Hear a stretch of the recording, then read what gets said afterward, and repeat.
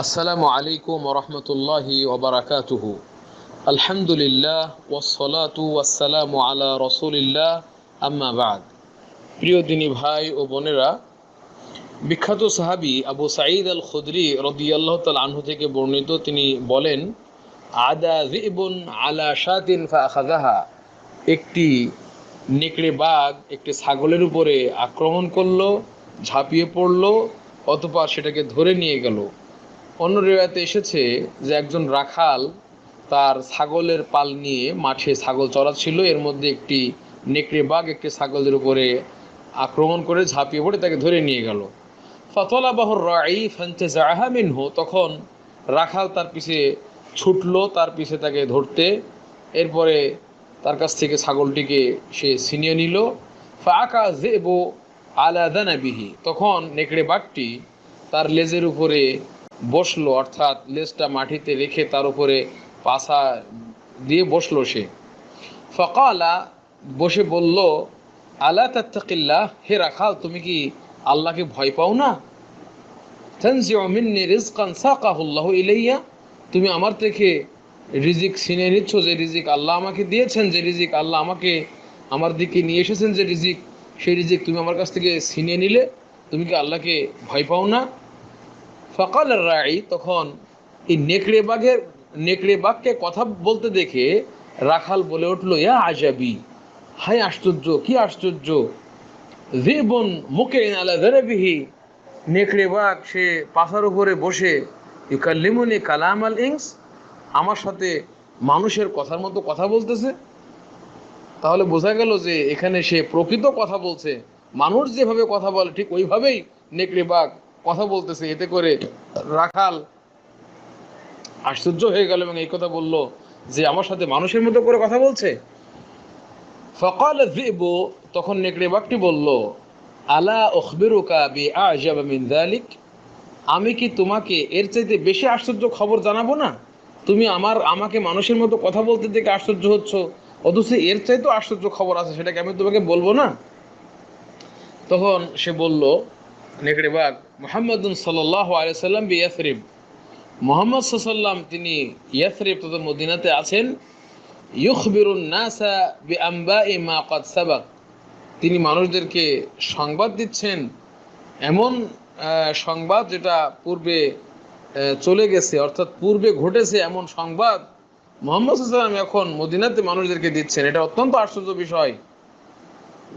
ক্বালা, বর্ণনাকারী বলছেন আবু সাঈদ খুদরি, ফাআকবালা আর-রাঈ ইয়াসুকু গানামাহু হাত্তা দাখাল মদিনা, তখন রাখাল তার এই ছাগলের পাল নিয়ে চলতে থাকলো, তাড়িয়ে নিয়ে যেতে থাকলো। এভাবে হতে হতে ছাগলের পাল তাড়িয়ে মদিনাতে ঢুকলো রাখাল।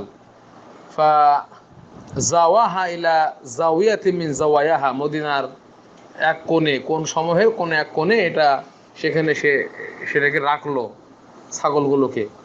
সুম্মা আতা রাসূলুল্লাহ সাল্লাল্লাহু আলাইহি ওয়াসাল্লাম ফাআখবারাহু, তারপরে এসে আল্লাহ রাসূল সাল্লাল্লাহু আলাইহি ওয়াসাল্লামের কাছে এসে এই খবর দিলেন, অর্থাৎ তার সাথে যেটা আশ্চর্য ঘটনা ঘটেছে, যে তার সাথে নেকড়ে বাঘ মানুষের মতো কথা বলল এবং নবীর সম্পর্ক সে নেকড়ে বাঘ সংবাদ দিল, এইটা রাসূল সাল্লামকে এসে রাখাল জানালো। ফাআমারা রাসূলুল্লাহ সাল্লাল্লাহু আলাইহি ওয়াসাল্লাম, তখন রাসূল সাল্লাম আদেশ দিলেন একজনকে মানুষদের মাঝে ঘোষণা দেওয়ার জন্য, এই বলে যে আস-সালাহ জামিআ, যে এখন নামাজের জন্য সবাই একত্রিত হও।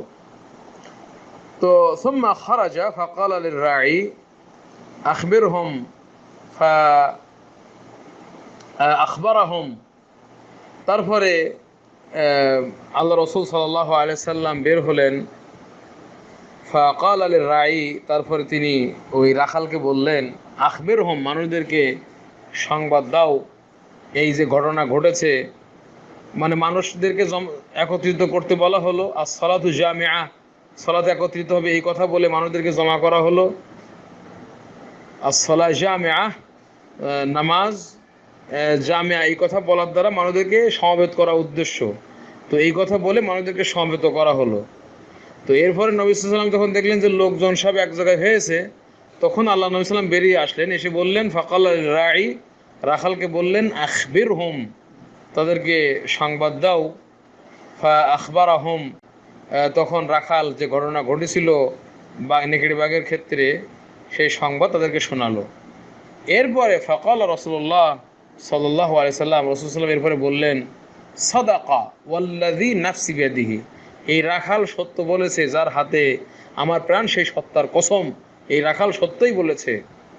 এরপরে নবী সাল্লাম আরও বললেন, লা ওয়াল্লাযী নাফসি বিয়াদিহি, আল্লাহর যার হাতে আমার প্রাণ তার কসম, লা তাকুমুস সাআতু, কিয়ামত কায়েম হবে না, হাত্তা তুকাল্লিমা as-siba'u al-insa, যে পর্যন্ত না হিংস্র জানোয়ার যেমন বাঘ, সিংহ বা আরও যেগুলো হিংস্র প্রাণী আছে, এরা যখন মানুষের সাথে যতদিন পর্যন্ত কথা না বলবে ততদিন কিয়ামত কায়েম হবে না। তার মানে কিয়ামত হওয়ার আগে আগে এই ঘটনা ঘটবে, হিংস্র প্রাণীরা মানুষের সাথে মানুষের মতো করে কথা বলবে। এটা কিয়ামতের আলামত, কিয়ামতের পূর্বে ঘটবে।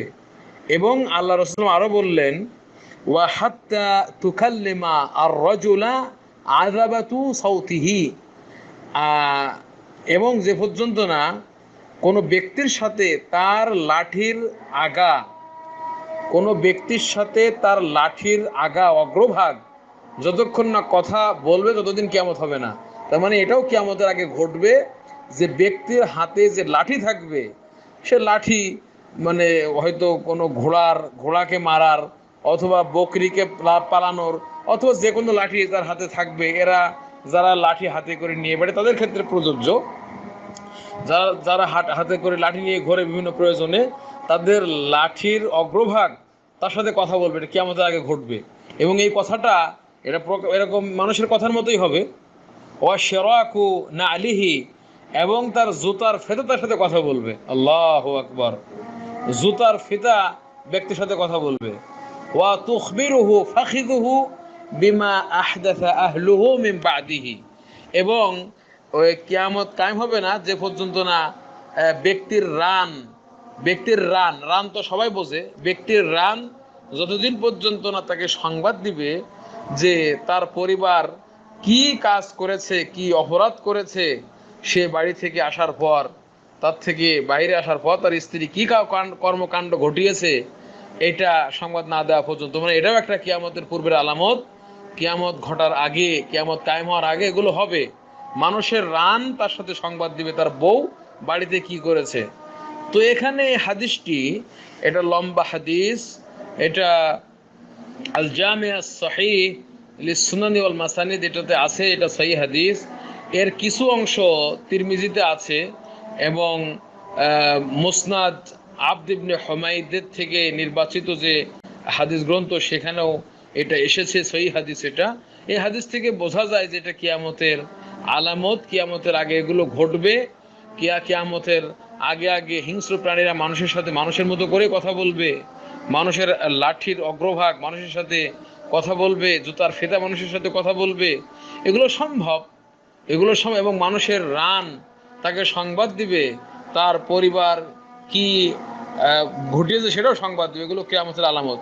কেউ কেউ বলেছে যে এর দ্বারা উদ্দেশ্য যে হয়তো এরকম কোনো যন্ত্র আবিষ্কার হবে, মানুষ তার রানের সাথে ফিটিং করে রাখবে, তার বাড়িতে তার বউ কি করবে এখানে এই খবর রানের এখান থেকেই সে জেনে নিবে। আবার কেউ বলছে যে হয়তো এখানে এগুলো ব্যাখ্যার কোনো দরকার নেই, এটার দ্বারা উদ্দেশ্য হচ্ছে বাস্তবে এগুলো ঘটবে কিয়ামতের আগে আগে। কারণ আল্লাহ সুবহানাহু ওয়া তাআলা আমাদেরকে কথা বলিয়েছেন এবং তিনি সব কিছুকেও কথা বলাতে পারেন। এমনকি কিয়ামতের দিন আমাদের হাত কথা বলবে, আমাদের সব কিছু, আমাদের চামড়া কথা বলবে, আল্লাহ এদেরকে কথা বলাবেন। তো এগুলো কোনো ব্যাপার না, আল্লাহ সব কিছুর উপরে শক্তিবান, তিনি কিয়ামতের আগে এগুলোকে কথা বলাবেন, এটা হাদিসে এসেছে এবং এটা সত্য। ওয়াল্লাহু তাআলা আলাম।